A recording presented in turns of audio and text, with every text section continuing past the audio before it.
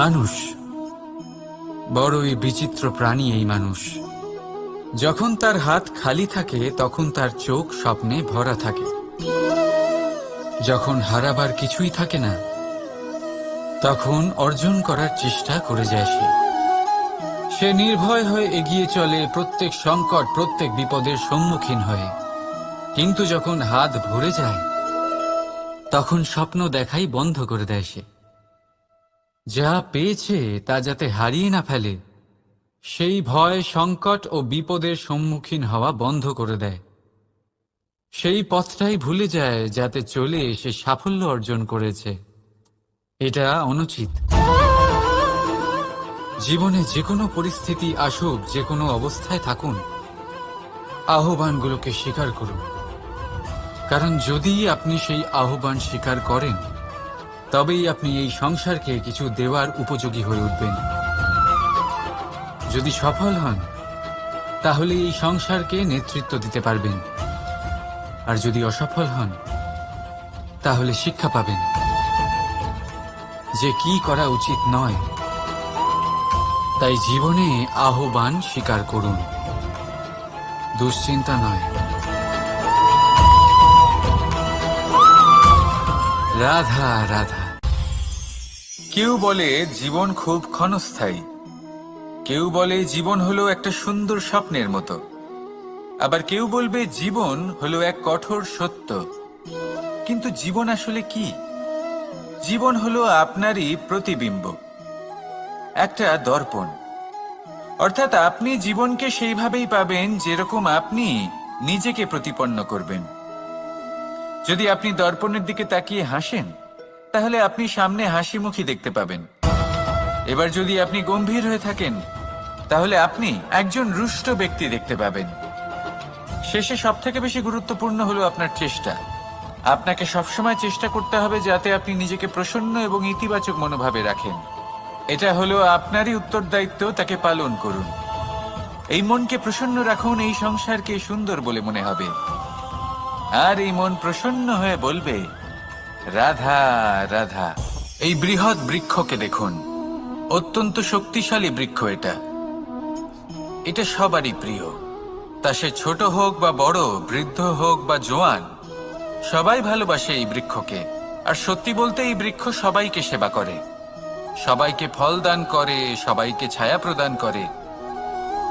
দূর থেকে দেখে মনে হয় এর কোনো পরিচর্যার প্রয়োজনই নেই, কিন্তু একজন কুশল মালী এইভাবে ভাবেন না। তিনি সময় অন্তরে খুব খুঁটিয়ে এই গাছ নিরীক্ষণ করেন, দেখতে থাকেন। যদি কোনো এমন শাখা থাকে যা রোগগ্রস্ত তাহলে সেটা কেটে আলাদা করে দেন। যদি এমন কোনো শাখা থাকে যা মৃত তাহলে সেটা আলাদা করে দেন।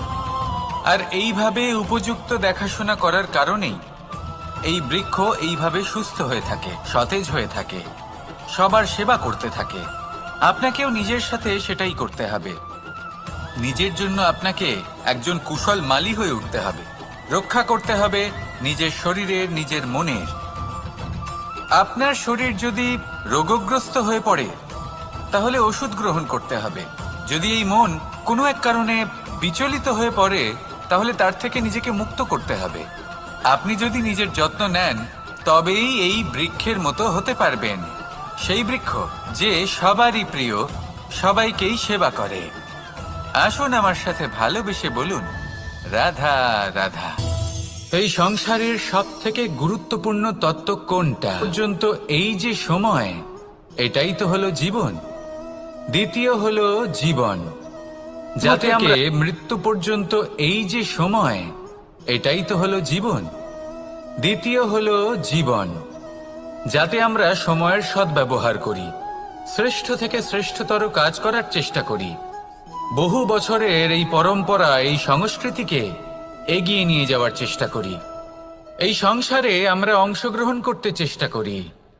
তৃতীয় হলো ধন, সেই ধন যা প্রত্যেক ব্যক্তি অর্জন করতে চেষ্টা করেন। এবার এই তিনটি তত্ত্বের মধ্যে একটা সামঞ্জস্য আছে, সমান ব্যাপার আছে। সে ধনই হোক বা সময় হোক বা হোক জীবন।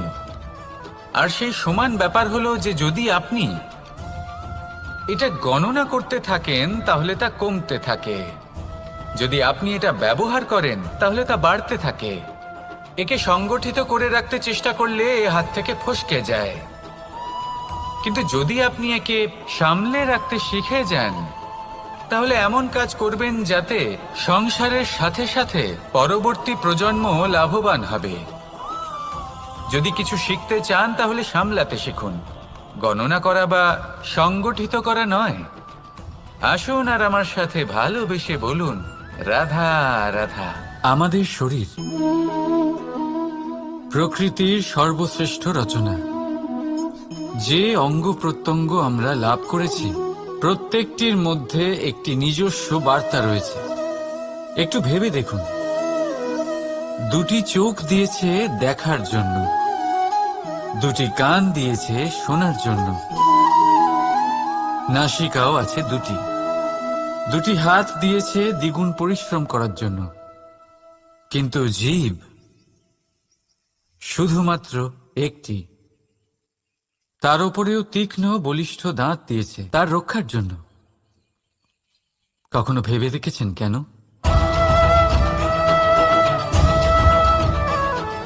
কারণ শব্দ আর শব্দের প্রয়োগ মানুষের সবচেয়ে বড় অস্ত্র, যার প্রয়োগ যত ভেবে চিন্তে করা যায় মানুষ তার জীবনে ততটাই উপরে উঠতে পারে।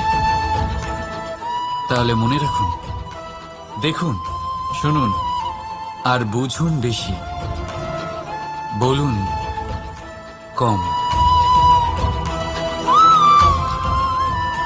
রাধা রাধা। আমরা সকলে শক্তি অনুভব করতে চাই। এবার যদি আপনাকে জিজ্ঞেস করা হয় যে সবথেকে বেশি শক্তির অনুভব কোথা থেকে করা সম্ভব, তখন কেউ কেউ বলবেন পুষ্টিকর আহার গ্রহণ করলে, ব্যায়াম করলে, কেউ বলবেন ধন লাভ করলে, বন্ধুদের থেকে, পরিবারের থেকে, আদি ইত্যাদি।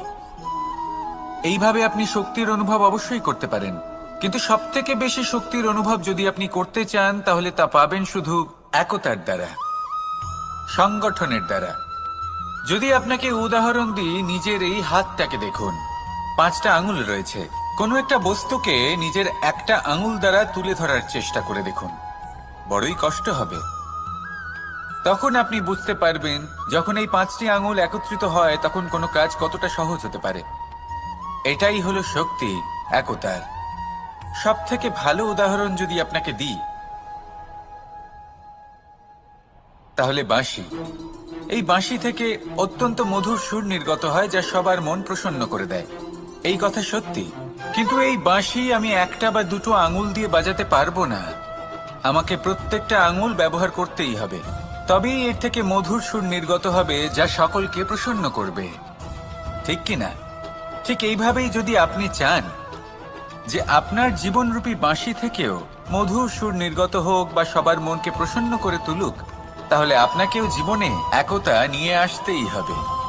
আপনি একাও কর্ম করতে পারেন, পথ চলতেও পারেন, সামনেও এগোতে পারেন, সাফল্যও লাভ করতে পারেন।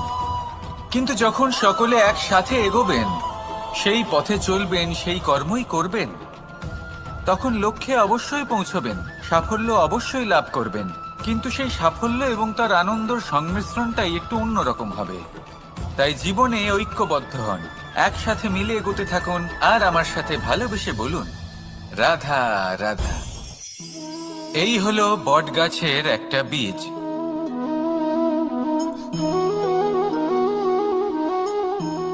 চলুন এটা রোপণ করা যাক, একটু জল দেওয়া যাক।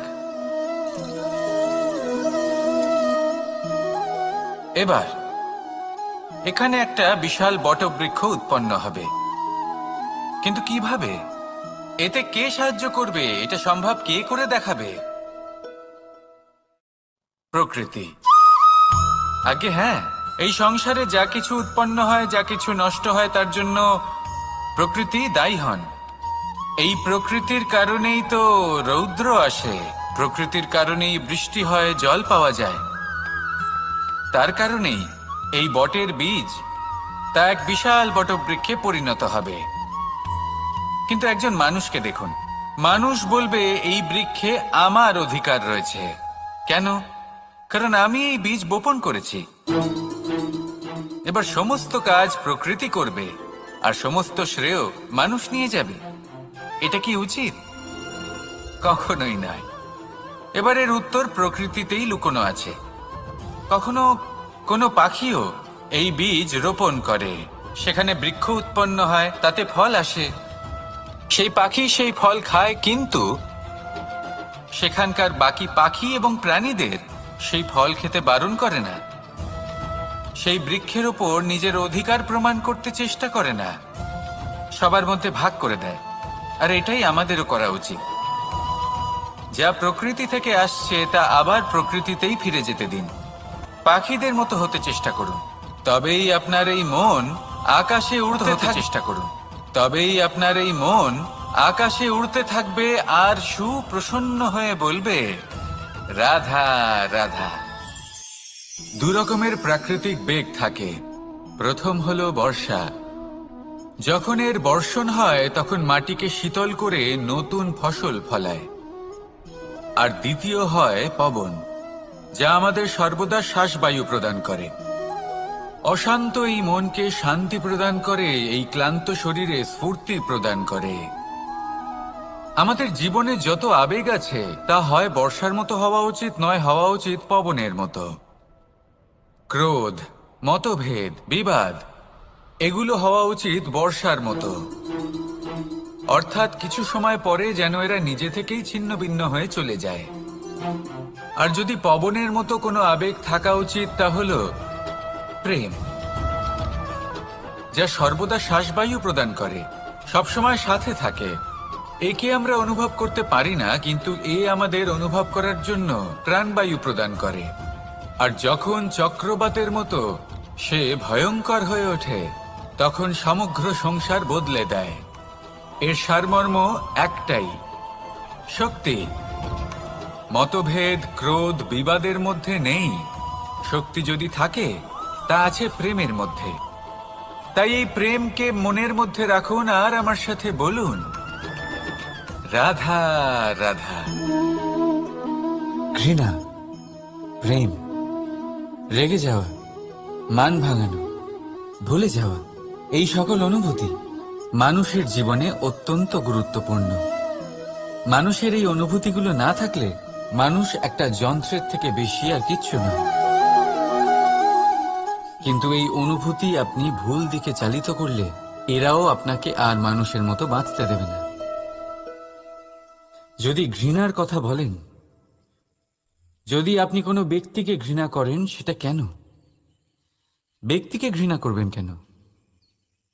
ঘৃণা করুন তার স্বভাবগুলিকে, সেই স্বভাবগুলিকে যা সেই ব্যক্তিকে অপ্রিয় করে তুলছে। কারণ স্বভাব পাল্টানো যায়। সেইভাবেই রাগ করুন, কিন্তু তাদের কথায়, তাদের ওপরে নয়। কারণ কথা বদলে দেওয়া সম্ভব। ভুলতে হলে ভুলুন তাদের ত্রুটি, তাদের নয়। কারণ ভুল অবশ্যই শুধরে নেওয়া যায়। প্রেম করুন তবে তাদের আত্মার সাথে, তাদের অনুভূতির সাথে, শরীরের সাথে নয়। কারণ শরীর হলো নশ্বর। বলুন, কিন্তু খারাপ ভাবে নয়, ভালোবেসে। রাধা রাধা। মুঠো হাতের শক্তি বেশি, মুঠো খুললেই তা দুর্বল। তা এমন কি থাকা উচিত এই বন্ধ মুঠোয় যা লাখের সমান? মানসিকতা এবং স্বপ্ন। মানুষ জন্মগ্রহণ করে, তার মানসিকতা সময়ের সাথে উন্নত হয়। মানসিকতা অনুযায়ী সে স্বপ্ন দেখে, আর সেই স্বপ্ন সার্থক করতে সে পরিশ্রম করতে থাকে। কিন্তু খুব গুরুত্বপূর্ণ একটা কথা আছে যা আপনার মনে রাখা উচিত। আপনার এই মানসিকতা, আপনার এই স্বপ্ন, তা যেন আপনার নিয়ন্ত্রণে থাকে। আপনার বন্ধ মুঠোয় যেন এর লাগাম থাকে, আপনি যেন এর প্রভু হন। যদি তা হয় তবেই আপনি লাভবান হবেন। যদি এরা আপনাকে নিয়ন্ত্রণ করতে থাকে, যদি আপনার মুঠো খুলে যায়, না পথ আপনার নিয়ন্ত্রণে থাকবে, না মানসিকতা থাকবে, না স্বপ্ন নিয়ন্ত্রণে থাকবে। আর যদি তাই হয় তাহলে আপনি আপনার ভবিষ্যৎ নষ্ট করে ফেলবেন। তাই নিয়ন্ত্রণ করতে শিখুন নিজের বিচার বুদ্ধি, নিজের মানসিকতা, নিজের স্বপ্নকে। নিজের এই স্বপ্ন পূরণ করুন আর আমার সাথে ভালোবেসে বলুন, রাধা রাধা। প্রত্যেক প্রাণী ভালোভাবে জীবন যাপন করতে চান, এটা তাদের স্বভাবে আছে এবং ভাবাটা অনুচিত নয়। কিন্তু একটা ভালো জীবনের গুরুত্বপূর্ণ অংশ কোনটা? বসবাসের স্থান, সেই স্থান যেখানে আমরা জীবন অতিবাহিত করি। এবার মানুষ ভাবতে পারেন যে একটা ভালো বাসস্থানের অর্থ কি? সেই স্থান যেখানে সহজে জল পাওয়া যায়, যেখানে শুদ্ধ বায়ু পাওয়া যায়, যেখানে আনাজ উৎপন্ন হয়। এটা জীবনযাপনের জন্য পর্যাপ্ত বটে, কিন্তু ভালো জীবন যাপনের জন্য আরো একটা কথা আপনাকে বুঝতে হবে। সাধু, জ্ঞানী, পণ্ডিত ব্যক্তি, এই সকল মহাপুরুষ, এনাদের যে বাসস্থান তা অত্যন্ত বিশেষ হয়। এখানে এক ধরনের বিশেষ ইতিবাচক শক্তি থাকে, এমন একটা স্থান যেখানে দেবতারাও বিচরণ করেন। জীবন আমরা সবাই যাপন করি, কিন্তু জীবনের উদ্দেশ্য শুধুমাত্র জীবন যাপন করা নয়। জীবনের উদ্দেশ্য হল মুক্তি লাভ করা। আর এই সকল সাধু, জ্ঞানী, পণ্ডিত ব্যক্তি, এই সকল মহাপুরুষ আপনাকে মুক্তির পথে নিয়ে যেতে পারেন। কারণ এরা হলেন সেই মহাপুরুষ যারা নিজেদের অন্তরের বিকার, অহংকার, ক্রোধ, বিদ্বেষ, এই সকল দোষগুলিকে ত্যাগ করেছেন, এদের উপর বিজয় লাভ করেছেন। এমনই একজন ব্যক্তি আপনাকে মুক্তির পথে নিয়ে যেতে পারে। প্রয়োজন হলো শুধুই এনাদের চিনতে পারা, এদের কথা বুঝতে পারা এবং এদের দেখানো পথে চলা। যদি আপনি এটা করতে পারেন, তাহলে এই মন প্রফুল্ল হয়ে বলবে, রাধা রাধা। বিগত দিনের কিছু কথা মনে পড়ে গেল, এক অদ্ভুত ঘটনা যা অমূল্য শিক্ষা দিয়ে যেতে পারে। বিষয় হলো যক্ষের সাথে যুধিষ্ঠিরের কথোপকথন।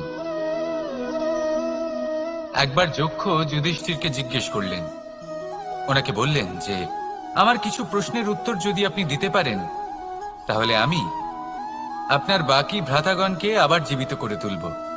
সেগুলোর মধ্যে খুব গুরুত্বপূর্ণ আর কঠিন একটা প্রশ্ন ছিল, এই সংসারের সব থেকে শ্রেষ্ঠ আশ্চর্য কোনটি? এই প্রশ্ন আমি আপনাকে জিজ্ঞেস করছি। এবার কেউ বলবেন স্বর্ণ দ্বারা নির্মিত লঙ্কা, এটি হলো সংসারের সব থেকে বড় আশ্চর্য। কেউ বলবেন বরফে ঢাকা সেই পর্বত যা আকাশ স্পর্শ করে। কেউ বলবেন সেই সমুদ্র যার গভীরতা মাপা অসম্ভব ব্যাপার। কেউ বলবেন সেই বায়ু যা আমরা দেখতে পাই না, কিন্তু তা আমাদের জীবন দান করে।